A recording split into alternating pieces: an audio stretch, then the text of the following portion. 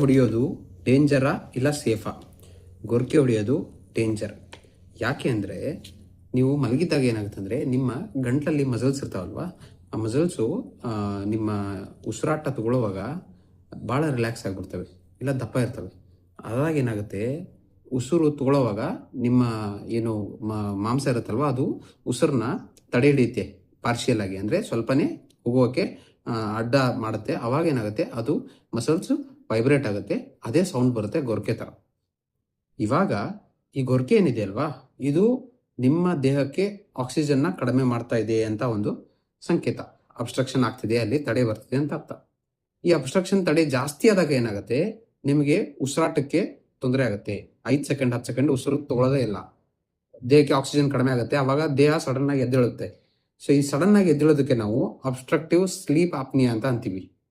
ಯಾರಿಗೆ ಬೆಳಗ್ಗೆ ಎದ್ದು ನಿದ್ದೆ ಮಾಡಿದ್ರೂ ನಿದ್ದೆ ಆಗ್ದಂಗೆ ಇರೋದು, ಬೆಳಗ್ಗೆ ಎದ್ದು ಸುಸ್ತಾಗೋದು, ಮತ್ತೆ ಬೆಳಗಿನ ಟೈಮು ರಾತ್ರಿ ನಿದ್ದೆ ಮಾಡಿದ್ರೂ ಮತ್ತೆ ಬೆಳಗ್ಗೆ ನಿದ್ದೆ ಬರ್ತಾ ಇರೋದು, ಮತ್ತೆ ಒಂದ್ಸಲ ನಿದ್ದೆಯಲ್ಲಿ 15ರಿಂದ 20 ಸಲ ಎದ್ದು ನೀರು ಕುಡಿಯೋದು, ಈ ತರ ಯಾರು ಮಾಡ್ತಿರ್ತಾರೆ ಅವ್ರಿಗೆ ಈ ಅಬ್ಸ್ಟ್ರಕ್ಟಿವ್ ಸ್ಲೀಪ್ ಆಪ್ನಿಯಾ ಅಂತ ಆಗಿರುತ್ತೆ. ಯಾರಿಗೆ ಈ ಗೊರಕೆ ಹೊಡೆಯೋದು ಇಲ್ಲ ಅಬ್ಸ್ಟ್ರಕ್ಟಿವ್ ಸ್ಲೀಪ್ ಆಪ್ನಿಯಾ ಜಾಸ್ತಿ ಆಗುತ್ತೆ ಅಂದ್ರೆ ಯಾರು ದಪ್ಪ ಆಗಿರ್ತಾರೆ, ಯಾರು ವೇಟ್ ಜಾಸ್ತಿ ಆಗಿರ್ತಾರೆ ಅವ್ರಿಗೆ ಜಾಸ್ತಿ ಆಗೋ ಚಾನ್ಸಸ್ ಇರುತ್ತೆ. ತೆಳ್ಳಗಿದ್ರು ಅವ್ರಿಗೆ ಗಂಟ್ಲಲ್ಲಿ ಮಾಂಸ ದಪ್ಪ ಇರೋದು, ಇಲ್ಲ ಅವ್ರದ್ದು ಏನು ಬಾಯಿ ಮತ್ತು ಇದು ಇರುತ್ತಲ್ವ ಅದು ಚಿಕ್ಕದೇ ಇರೋದು ಇರುತ್ತಲ್ವ, ಅವ್ರಿಗೆ ಈ ಗೊರಕೆ ಹೊಡೆಯೋದು ಅಬ್ಸ್ಟ್ರಕ್ಟಿವ್ ಸ್ಲೀಪ್ ಆಪ್ನಿಯಾ ಆಗೋ ಚಾನ್ಸಸ್ ಇರುತ್ತೆ. ಏನು ಮಾಡ್ತೀವಿ ಡಾಕ್ಟರ್ಸ್ ಅಂದರೆ, ಫಸ್ಟ್ ಒಂದು ಸ್ಲೀಪ್ ಸ್ಟಡಿ ಅಂತ ಮಾಡ್ತೀವಿ. ಅದರಲ್ಲಿ ಗೊತ್ತಾಗುತ್ತೆ ನಮಗೆ ಎಷ್ಟು ಹೊತ್ತು ನಿಮಗೆ ನಿದ್ದೆ ಆಗ್ತಿದೆ, ಎಷ್ಟು ನಿದ್ದೆ ಆಗ್ತಿಲ್ಲ, ಆಕ್ಸಿಜನ್ ಲೆವೆಲ್ಸ್ ಎಷ್ಟಿದೆ ಎಲ್ಲ ಗೊತ್ತಾಗುತ್ತೆ. ಅದ್ರ ಜೊತೆಗೆ ಸ್ಕ್ಯಾನ್ ಮಾಡಿ ನೋಡ್ತೀವಿ ಎಲ್ಲಾದರೂ ಗಂಟ್ಲಲ್ಲಿ ನಿಮ್ಗೆ ಏನಾದರೂ ತೊಂದರೆ ಇದೆಯಾ, ಎಲ್ಲಿ ನಿಮಗೆ ಅಬ್ಸ್ಟ್ರಕ್ಷನ್ ಇಲ್ಲ ತಡೆ ಬರ್ತಿದೆ ಅಂತ. ಮೂರನೇದು ಏನು ಮಾಡ್ತೀವಿ, ಇದಕ್ಕೆ ಟ್ರೀಟ್ಮೆಂಟ್ ಯಾವ ಥರ ಇರುತ್ತೆ ಅಂದರೆ, ಮೊದಲು ಈ CPAP ಮಷಿನ್ ಅಂತ ಕೊಡ್ತಾರೆ. CPAP ಮಷಿನ್ ಕೊಡೋದ್ರಿಂದ ಫೋರ್ಸ್ ಆಗಿ ನಿಮಗೆ ಒಳಗಡೆ ಗಾಳಿ ಹೋಗುತ್ತೆ, ಸೊ ನಿಮಗೆ ನಿದ್ದೆ ಬರ್ದಂಗೆ ಅದೆಲ್ಲ ಆಗುತ್ತೆ. ಮತ್ತು ನಿಮಗೆ ನರ್ವ್ ಸ್ಟಿಮ್ಯುಲೇಷನ್ ಮಾಡ್ತಾರೆ, ಆಪ್ರೇಷನ್ಸ್ ಎಲ್ಲ ಇದೆ, ಅದನ್ನೆಲ್ಲ ಮಾಡಿಸ್ಕೋಬೋದು.